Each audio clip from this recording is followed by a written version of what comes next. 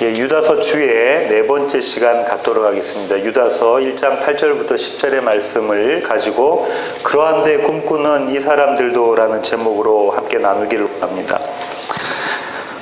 전체적인 유다서 구조를 할 때마다 제가 말씀드리는데요. 제가 제 수업 방법은 계속 반복적으로 하는 겁니다. 그래서 유다서 뿐만 아니라 계시록도 그렇게 했었고요. 그래서 요한복음도 아마 요한복음 전체적인 구조가 머리에 1장부터 21장까지의 구조가 들어오실 거고요. 계시록도 1장부터 22장까지가 머릿속에 들어오실 텐데요.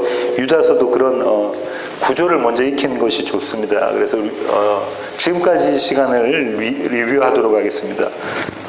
유다가 편지를 씁니다. 그죠? 유다가 야곱의 형제 유다가 성도들에게 편지를 써요. 근데 이 성도들을 1절에서는 세 가지로 이야기를 하고 있는데요. 어떻게 이야기하고 있냐면 부르심을 받은 자,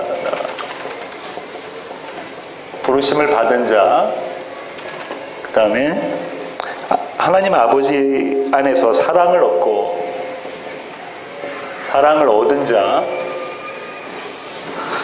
마지막으로 예수 그리스도를 위하여 지키심을 받은 자들, 그리스도를 위하여 지키심을 받은 자들. 성도를 이렇게 유다는 지금 설명하고 있습니다. 그렇죠? 유다가 성도들에게 부르심을 받고 사랑을 얻은 자, 그리스도를 위하여 지키심을 받은 자에게 편지한다 하고 이렇게 유다서를 시작하죠. 근데 편지 원래 하려고 했던 편지의 목적이 있었습니다. 그 목적이 뭐였냐면 일반으로 받은 구원, 여기에 대해서 내가 설명을 하려고 했는데 이거보다 더 긴급한 일이 생겼다. 그래서 내가 너에게 사실상 이 이야기를 하려고 했는데 더 긴급한 일이 생겨서 이 이야기를 한다 하는 것이 뭐냐면 힘써 지키라. 무엇을 위해서 힘써 지키냐면 성도에게 단번해 주신 믿음의 도를 위하여,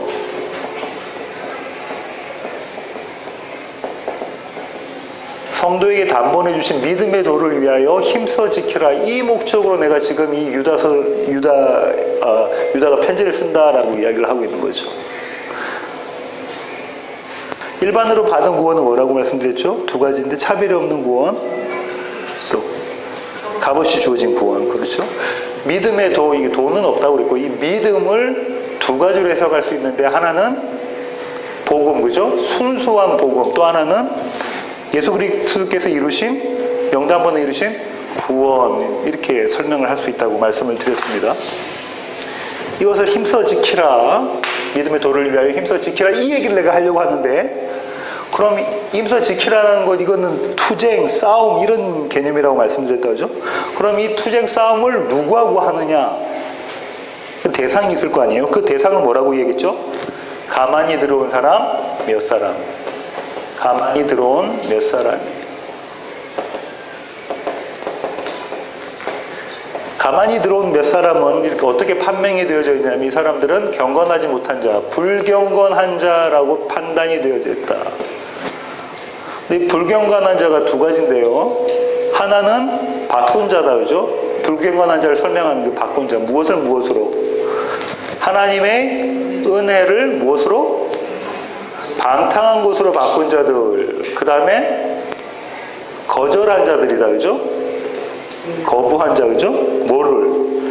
예수 그리스도를 주제와 주로, 창조주와 구원자이시면서 우리의 주인 되신 것, 삶의 주인 되심을 거절한 자, 이 사람들이 불경건한 자다. 그러면서 지금부터 내가 이 불경건한 자가 어떤 결말을 맞는지 내가 증거를 세게 될게 하고 유다가 지금 증거를 댑니다.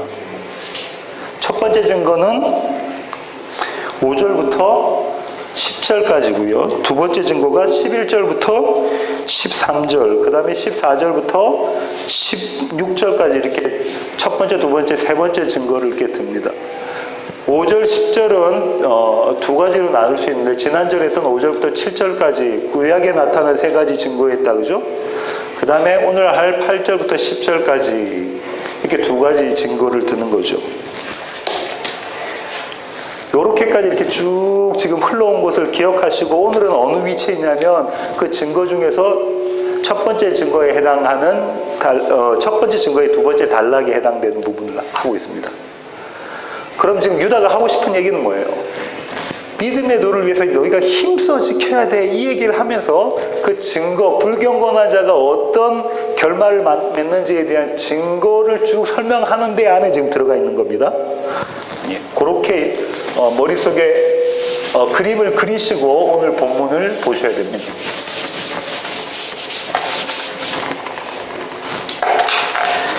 오늘 본문 한번 읽어보죠. 8절입니다. 그러한데 꿈꾸는 이 사람들도 그와 같이 육체를 더럽히며 권위를 업신여기며 영광을 비방하는도다. 그러한데 꿈꾸는 이 사람들.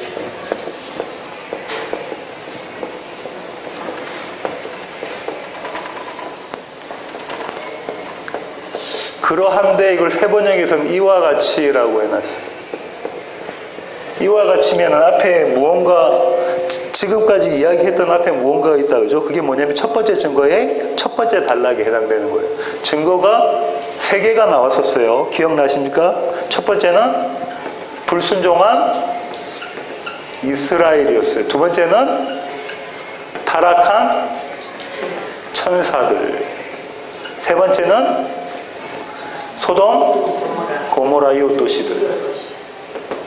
그죠? 5절, 6절, 7절 이렇게 되잖아요. 이런데 꿈꾸는 이 사람들도 라고 지금 이렇게 나와져 있는 겁니다. 그럼 여기서 이제 또 꿈꾸는 이라는 이야기가 무언가를 좀 알아봐야 되는데요. 성경에서는 이 꿈꾸는 사람들이 신약에서 딱 두 번 나옵니다. 여기 한 번 나오고 사도행전에서 나와요. 사도행전으로 한번 가볼까요? 2장 17절. 하나님이 말씀하시기를 말세에 내가 내 영을 모든 육체에 부어주리니 너희의 자녀들은 예언할 것이요 너희의 젊은이들은 환상을 보고 너희의 늙은이들은 꿈을 꾸리라 할 때 여기 꿈이에요. 어디서 나와 있는 거냐면 요엘서 2장 28절에 있는 말씀을 이렇게 따가지고 온 거죠. 그죠? 베드로가 지금 그 설교를 하고 있는 거죠. 긍정적으로 꿈이 해석이 되고 있어요. 하나님은 꿈을 통해서 하나님의 말씀을 구약에는 전해주고 그렇게 말씀을 하셨단 말이죠. 그런데 부정적인 이 꿈을 자기 것으로 생각을 해서 이야기하는 사람들이 있어요. 그 사람들이 구약에도 이야기가 나와져 있습니다. 그 사람들의 모습들을 한번 살펴보도록 하겠습니다. 예레미야 23장 25절부터 27절이에요. 내 이름으로 거짓을 예언하는 선지자들의 말에 내가 꿈을 꾸었다고 말하는 것을 내가 들었노라. 뭐라고 하죠? 내가 꿈꿨다. 근데 지금 예레미야 선지자가 뭐라고 말하냐면 하나님께서 이렇게 말씀하신다는 거죠. 이들은 거짓 선지자다 이렇게 이야기하고 계십니다. 거짓 선지자. 꿈꿨다를 반복적으로 두 번 이야기를 하고 있습니다. 26절 보실게요. 거짓을 예언하는 선지자들이 언제까지 이 마음을 품겠느냐? 그들은 그 마음에 간교한 것을 예언하느니라. 그들이 서로 꿈꾼 것을 말하니 그 생각인즉 그들의 조상들이 바알로 말미암아 내 이름을 잊어버린 것 같이 내 백성으로 내 이름을 잊게 하려 함이로다. 이들의 꿈의 내용이 뭐였어요? 여호와 하나님을 잊어버리게 하는 거다. 그죠? 그럼 무슨 말이냐면 잘 될 거야, 좋을 거야, 번창할 거야, 그런 이야기를 자꾸 하면서 바알이 이야기하는 그런 얘기를 자꾸 하면서 여호와 하나님을 가리는 그림이 그려져 있죠. 그들의 결말이 어떻게 되는가 한번 보시겠습니다. 30절입니다. 여호와의 말씀이라 그러므로 보라 서로 내 말을 도둑질하는 선지자들을 내가 치리라. 거짓 선지자들 하나님의 말씀을 도둑질을 하는 자라고 이야기합니다. 여호와의 말씀이니라 보라 그들이 혀를 놀려 여호와가 말씀하셨다는 선지자들을 내가 치리라. 하나님의 말씀이 아닌 것으로 이야기하는 사람들을 내가 치겠다라고 하나님께서 말씀하고 계시네요. 신명기로 한번 가보겠습니다. 신명기 13장 1절부터 5절입니다. 너희 중에 선지자나 꿈꾸는 자가 일어나서 이적과 기사를 네게 보이고 그가 내게 말한 그 이적과 기사가 이루어지고 너희가 알지 못하던 다른 신들을 우리가 따라 섬기자고 말할지라도 너는 그 선지자나 꿈꾸는 자의 말을 청종하지 말라. 이는 너희의 하나님 여호와께서 너희가 마음을 다하고 뜻을 다하여 너희의 하나님 여호와를 사랑하는 여부를 알려하사 너희를 시험하심이니라. 너희는 너희의 하나님 여호와를 따르며 그를 경외하며 그의 명령을 지키며 그의 목소리를 청종하며 그를 섬기며 그를 의지하며 그런 선지자나 꿈꾸는 자는 어떻게 해라? 죽이라. 이렇게. 예레미야도 마찬가지고 신명기에서도 마찬가지고 거짓 선지자 하나님의 말씀을 전하지 않고 왜곡되게 전하는 그 자들을 죽여라. 내가 죽일 것이다. 치리라. 이렇게 이야기합니다. 사실상 꿈은 아까 요엘서에서도 마찬가지처럼 하나님과의 소통의 자리예요. 하나님이 채널을 사용하셔서 구약에서는 자꾸 하나님 말씀을 전하셨어요. 그런데 이 소통, 하나님과의 소통하는 이 채널, 이것 의사소통의 이 수단을 자기 것으로 이용을 해먹는 사람들인 거예요. 꿈꾸는 자들은. 내가 꿈꿨는데 이러이러하더라 라고 하는 거죠. 우리 교회도 얼마 전에 우편이 한 개 날라왔는데 어떤 한국에 계셨던 여자 목사님이 본인이 꿈을 3일 동안 꿈을 꾸셨는데 그 내용이 이것이 내가 지옥을 봤다 하면서 그 내용이 이것이다 하는 게 우리 교회로 날라왔어요. 예. 하나님의 말씀을 가지고 봐야 되고 그런 어떤 그 개인적인 경험이나 이런 것들은 하나님의 말씀을 이해하고 또 하나님의 말씀을 그 자기가 경험한 그것이 더 우선이 되면 안 되죠. 하나님의 말씀이 우선이 되죠. 계속 가겠습니다. 그러한데 꿈꾸는 이 사람들도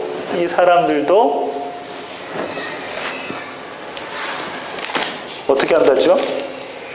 이 사람들에 대한 설명을 하고 있네요. 그죠? 이 사람들이 어떻게 했다고 합니까? 육체를 더럽히고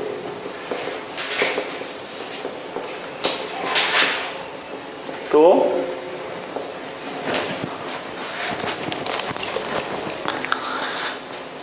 권위를 업신여기며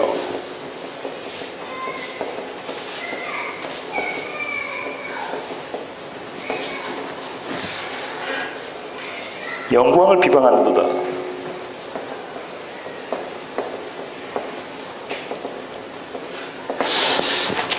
지금 불경건한 자, 거짓 선지자들 얘기 계속하고 있습니다. 이 사람들이 육체를 더럽히고 성적인 타락이 있는 거죠.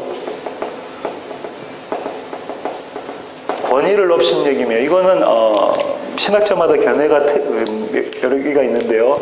기본적으로는 그 교회 지금 편지한 그 교회에 있는 권위를 갖고 있는 자들, 말씀을 전하는 자들이든지 교회의 지도자들, 이들의 권위를 업신여기고 본인들이 어떻게 이야기하는 거예요? 자기가 생각하고 있는 건 하나님의 말씀을 왜곡되게 이야기하는 거예요. 다시 말하면 이건 좀 더 이야기하면 하나님, 그리스도의 권위를 업신여긴다. 어떻게 이야기하고 있냐면 무엇을 거절한 자, 거부한 자, 부인한 자? 예수 그리스도를 나의 주제와 주인에서 거부한 자들에 대한 그림이 그렸죠. 영광을 비방한다. 이 영광을 다른 데서는 전부 다 천사라고 표현을 하고 있습니다. 천사라고. 좀 아까도 지난번에도 말씀드렸다시피 요 다음에 나오는 것이 또 에녹서에 대한 이야기가 나오기 때문에 당시의 초대교회의 상황에서 그들이 알고 있었던 지식들, 유전들, 이스라엘의 유전들 이런 것들을 이용해서 지금 유다가 이야기를 하고 있는 거예요. 영광을 비방한다라고 이야기를 하고 있습니다. 영광을 비방한다라는 거를 한번 보기 전에 이렇게 한번 볼까요? 제가 첫 시간에 한번 말씀을 드렸는데요. 유다서와 유사한 서신, 송동서신이 한 개가 더 있는데 그게 뭐라고 그랬죠? 베드로 후서예요. 엄청난 싱크로율을 가지고 있습니다. 그런데 어떤 게 신학자들은 어떤 것이 먼저 쓰여졌다라고 이야기하냐면 대부분이 다 유다서가 먼저 쓰여졌고 베드로 후서가 뒤에 쓰여졌을 것이다라고 전제를 해요. 왜냐하면 베드로 후서가 훨씬 더 길어요. 유다서보다. 유다서는 한 장이잖아요. 이 베드로 후서가 유다서와 엄청난 유사성이 있습니다. 싱크로율을 갖고 있다고 말씀드렸어요. 거기서 어떻게 이야기하고 있는 걸 한번 찾아보겠습니다. 베드로 후서 2장 10절. 특별히 육체를 따라 더러운 정욕 가운데서 행하며 주관하는 일을 멸시하는 자들에게는 형벌할 줄을 아시느니라. 이들은 당돌하고 자긍하며 떨지 않고 영광 있는 자들을 비방하거니와. 영광 있는 자들이라고 이야기를 하고 있네요. 그렇죠? 영광 있는 자들을 비방하고 있네요. 세 번역에서는 영광스러운 존재들 이렇게 이야기했습니다. 그래서 천사라고 이야기를 하고 있는 거죠. 왜 하필 여기다 천사를 가지고 왔을까? 그들이 천사를 비방한다는 얘기는 과연 뭘까라는 고민이 드는데요. 한번 찾아볼까요? 사도행전 7장 53절 한번 보겠습니다. 너희는 천사가 전한 율법을 받고도 지키지 아니하였도다. 뭐라고 지금 있죠? 천사가 전한 율법을 지키지 않았다라고 되어 있습니다. 히브리서 2장 2절로 가보겠습니다. 천사들을 통하여 하신 말씀이 견고하게 되어 모든 범죄함과 순종하지 아니함이 공정한 보응을 받았거든. 여기서도 뭐라고 이야기하고 있죠? 천사가 전한 말씀, 율법. 지금 천사를 어떤 도구로 보고 있냐면 하나님의 말씀을 받은 것에 대한 이야기를 하고 있습니다. 하나님의 말씀을 받은 것. 베드로 후서 2장 2절에서 결론적으로 그 얘기를 하고 있는데요. 한번 가보겠습니다. 여럿이 그들의 호색하는 것을 따르리니 이로 말미암아 진리의 도가 비방을 받을 것이요. 여기 같은 비방이라는 단어, 모욕, 신성 모욕할 때 쓰이는 그 모욕이라는 단어가 나오는데 뭐라고 이야기했냐면 진리의 도, 세 번역에서는 진리의 길이 비방하는 것. 다시 말하면 지금 무슨 얘기하고 있냐면 하나님의 말씀을 왜곡해서 그걸 모독하고 모욕하는 그 그림이 여기에 그려져 있습니다. 유다는 이렇게 하면서 계속 우리 끝말잇기 같은 거 하잖아요. 그런 것처럼 끝말을 이어가면서 계속해서 편지를 써요. 비방이란 걸 다시 끌고 와서 이야기를 시작합니다. 비방을 끌고 와서 9절부터 시작을 해요. 천사장 미가엘이 모세의 시체에 관하여 마귀와 다투어 변론할 때 감히 비방하는 판결을 내리지 못하고 다만 말하되 주께서 너를 꾸짖으시기를 원한으로 하였거늘. 이게 참 어려운 얘기인데 누구랑 등장하냐면 천사장 미가엘과 누가 등장하죠? 마귀, 사탄이 등장해요. 무엇 놓고 싸웁니까? 이야기를 합니까? 모세의 시체를 놓고 이야기를 해요. 모세의 시체. 둘이서 이야기를 하고 있단 말이에요. 이게 에녹서에 나와요. 모세의 시체와 관련되어 있는 전경에 관련되어 있는 곳이 어디냐면 신명기 34장입니다. 가보겠습니다. 신명기 34장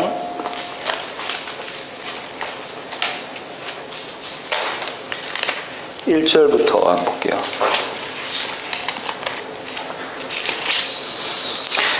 모세가 모압 평지에서 느보산에 올라가 여리고 맞은편 비스가 산 꼭대기에 이르매 여호와께서 길르앗 온 땅을 단까지 보이시고 또 온 납달리와 에브라임과 므낫세의 땅과 서해까지 유다 온 땅과 네겝과 종려나무의 성읍 여리고 골짜기 평지를 소알까지 보이시고 여호와께서 그에게 이르시되 이는 내가 아브라함과 이삭과 야곱에게 맹세하여 그의 후손에게 주리라 한 땅이라.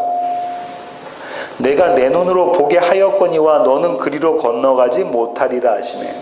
지금 어떻게 하면 모압 평지 느보산에 올라가서 하나님께서 모세를 통해서 이제 들어갈 약속의 땅을 쫙 다 보게 하시고는 너는 그 자리에 못 들어갈 거다 그렇게 말씀하고 계시죠.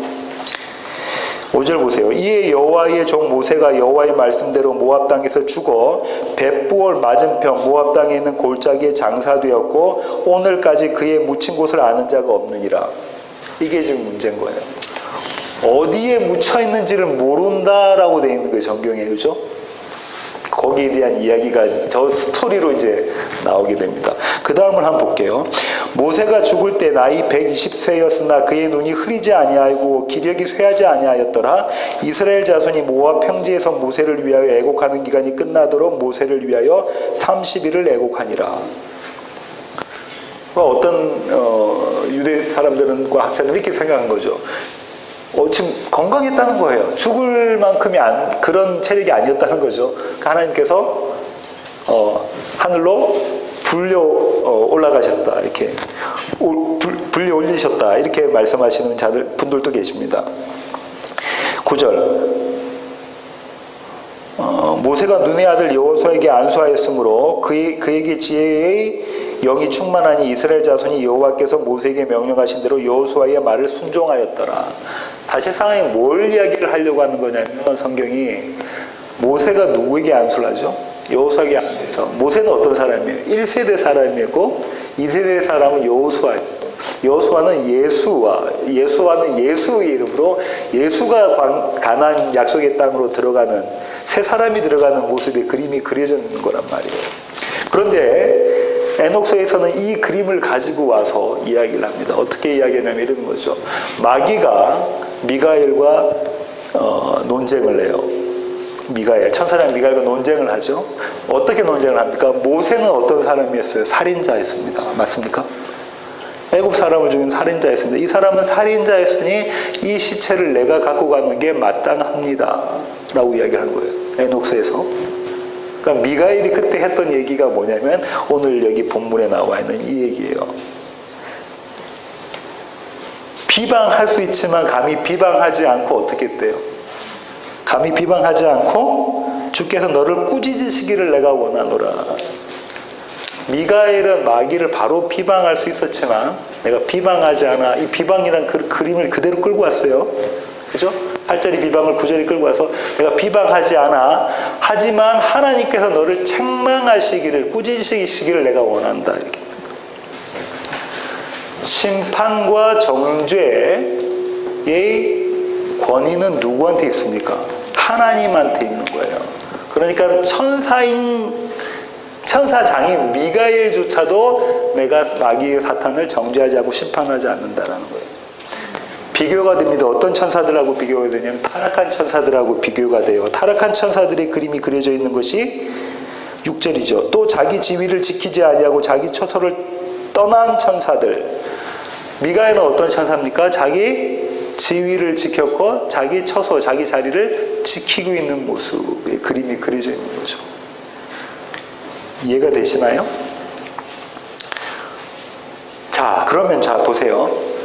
여기서 다시 한번 책망, 꾸짖는다라는 그림을 또 끌고 오는데요. 그 그림을 한번 보겠습니다. 스가랴 3장 1절부터 10절에 나와요. 돼 있는 겁니다. 스가랴 말라기 앞에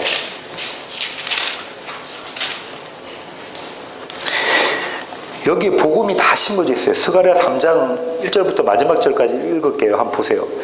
대제사장 여호수아는 여호와의 천사 앞에 섰고 사탄은 그의 오른쪽에 서서 그를 대적하는 것을 여호와께서 내게 보이시니라.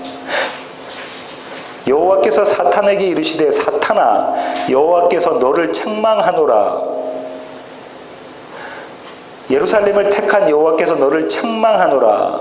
지금 뭐라고 말씀하고 계시죠? 여호와께서 사탄 보고 내가 너를 책망해 하면서 그 다음에 뭐라고 얘기했어요?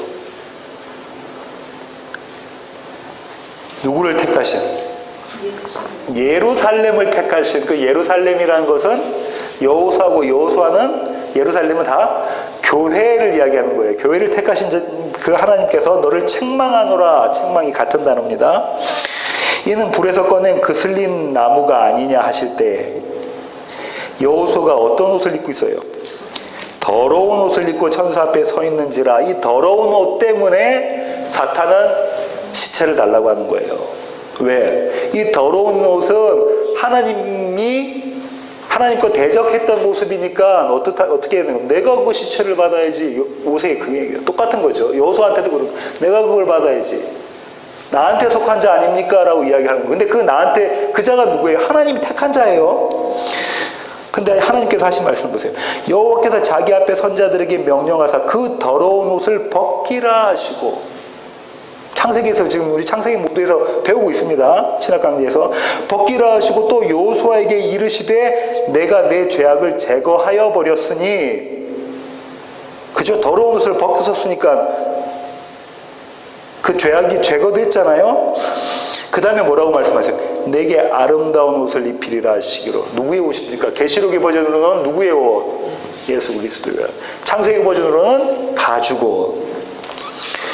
5절 내가 말하되 정결한 관을 그의 머리에 씌우소서 하매 곧 정결한 관을 그 머리에 씌우며 옷을 입히고 여호와의 천사는 곁에 섰더라.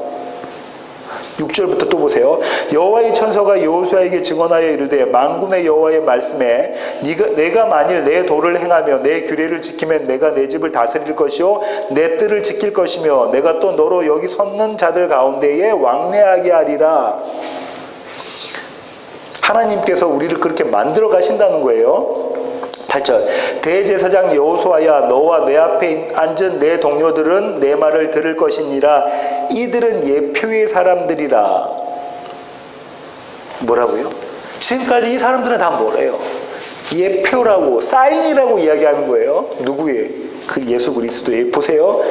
내가 내 종 싹을 나게 하리라.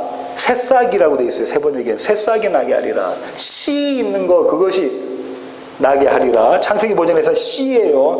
만군의 여호와가 말하노라. 내가 너 여호수아 앞에 세운 돌을 보라. 흰 돌에 7 눈이 있느니라. 흰 돌에 7 눈, 이거 계시록에서 이야기했었습니다. 그죠? 약속에 대한 것, 하나님의 영, 완전수 이야기했습니다. 내가 거기에 새길 것이며 이 땅의 죄악을 하루에 제거하리라. 만군의 여호와가 말하노라. 그날에 너희가 각각 포도나무와 무화과나무 아래로 서로 초대하리라 하셨느니라. 풍성한 그림이 그려져 있죠. 계시록 버전에 열매 많이 있는 거. 스가랴 3장에 복음을 다 담고 있습니다. 이렇게 그죠? 옷 벗기고 옷 입히시는 복음이 다 담겨져 있어요. 미가엘은, 천사장 미가엘은 사탄 마귀를 책망하지 않고 심판하지 않고 정죄하지 않고 비방하지 않아요. 왜? 그것은 하나님의 주권이시기 하나님이 하시는 거예요. 근데 하나님이 어떻게 책망하셨던 그림이 그려져 있죠. 사탄은 어떻게 책망하시고 하나님의 백성들을 어떻게 구원하시는 그림이 스가랴 3장에 그려져 있습니다. 자, 그 다음에 또 어떻게 끌고 갔는가 한번 볼까요? 유다가 10절 보세요. 이 사람들은 무엇이든지 그 알지 못하는 것을 비방하는도다. 또 그들은 이성 없는 짐승같이 본능으로 아는 그것으로 멸망하느니라. 다시 비방이라는 단어를 또 끌고 온다. 그죠? 이렇게 끝말잇기처럼 이렇게 계속해서 끌고 오고 있어요. 그렇게 해서 10절에 지금 이야기를 하냐면 뭐라고 이야기하냐면 이 사람들 어떤 사람들입니까? 꿈꾸는 사람들이었죠. 꿈꾸는 사람들 어떤 사람들? 불경건한 사람들이고 가만히 들어온 몇 사람이에요. 이 사람들은 무엇이든지 그 알지 못하는 것을 비방. 이 사람들을 설명을 했는데 이렇게 해놨어요. 첫 번째는 비방하는 자들이에요. 비방하는 자들. 뭘 비방하는 자들이에요? 자기가 모르면 비방한대요. whatever 이렇게 해놨어요. 자기가 모르는 것을 비방하는 자들이에요. 자기가 모르는 것을. 새 번역에는 어떻게 해놨는가 한번 제가 한번 볼까요? 어떻게 번역해놨는가? 그런데 이 사람들은 무엇이든지 자기들이 깨닫지 못하는 것은 욕합니다. 이렇게 해놨어요. 좀 더 쉽게 설명해놨다죠. 내가 깨닫지 못하는 것은 욕하고 비방하고 하고 있는 거예요. 성경을 제대로 이해를 못하고 욕하고 비방하고 있는 것입니다. 두 번째, 이 사람들은 지금 어떻게 하고 있냐면 이렇게 이야기를 하고 있죠. 이 사람들은 설명에 이성 없는 짐승 같아요. 근데 이 사람들은 멸망한다. 이렇게 설명을 해놨어요. 비방하는 자들, 아무것도 모르고 비방하는 자들에 대해서 한 번만 더 보겠습니다. 베드로 후서로 가볼게요. 2장 13절부터 14절까지. 베드로 후서 2장 13절부터 14절까지. 불의의 값으로 불의를 당하며 낮에 즐기고 노는 것을 기쁘게 여기는 자들이니 점과 흠이라 너희와 함께 연회할 때에 그들의 속임수로 즐기고 놀며 음심이 가득한 눈을 가지고 범죄하기를 그치지 아니하고 굳세지 못한 영혼들을 유혹하며 탐욕에 연단된 마음을 가진 자들이니 저주의 자식이라. 지금 뭘 설명하고 있냐면 비방하는 자가 아니고 이성이 없는 짐승 같은 자들, 이 자들은 멸망을 받는데 왜 멸망받죠? 뭐 때문에 멸망받는다고 써 있습니까? 본능으로 아는 그것 때문에, 그렇죠? 본능으로 아는 그것 때문에 이들은 멸망을 받는다. 그 본능으로 아는 그것을 아까 조금 전에 제가 읽었던 베드로 후서의 2장 13절 14절에서 설명을 해놓고 있습니다. 자, 그러면 한번 읽겠습니다. 본능이 뭐예요? 우리의 본능은 어떤 겁니까? 창세기 버전으로는 우리의 본능은 어떤 거예요? 예, 무화과 나뭇잎 썩어질 것으로 이것으로 자기 수치를 가리는 자들이다. 그죠? 어떤 모습이었어요? 범죄한 자들이었습니다. 그죠? 하나님과 대적계에 있던 자들이에요. 이들이 드러내는 죄의 양상은 두 가지라고 말씀드렸으면 뭡니까? 욕망과 두려움. 나 저거 가져야 돼 하는 갖지 못한 것을 갖고자 하는 욕망. 내가 갖고 있는 것을 잃어버릴까 봐 두려워. 왜 두렵죠? 내가 갖고 있는 무언가를 잃어버릴까 봐 두려워. 부자는 어느 날 뱅크럽 될까 봐 두려운 거고, 생명을 잃어버릴까 봐 두려운 거고, 이런 거죠. 본능으로 아는 것, 그것은 범죄로 이거는 범죄와 같은데, 이 범죄는 욕망과 두려움이라는 양상으로 나타난다고 그랬어요. 죄의 결과는 뭐죠? 죄의 삭은 사망이에요. 이 그림으로 지금 유다가 끌고 가고죠. 본능으로 아는 것은 곧 멸망받는다라고 이 개념으로 끌고 가고 있습니다. 이 전체적인 구조가 들어오십니까? 유다가 지금 이야기하고 있는 게 어떤 거냐면, 그러한데 꿈꾸는 이 사람들도 라고 하면서 지금 10절에 어떻게 이야기하고 있냐면, 본능으로 아는 것, 그 다음에 비방하는 것, 이렇게 자기가 알지 못하는 거 다 비방한다고 그랬죠. 말씀을 왜곡시키는 자들이 되는 거예요. 욕망과 두려움으로 나타나는 죄의 양상들을 보이는 자들이란 말이에요. 근데 이 유다서의 목적이 뭐라고요? 왜 유다가 편지를 썼나요? 성도들에게? 뭐 하라고?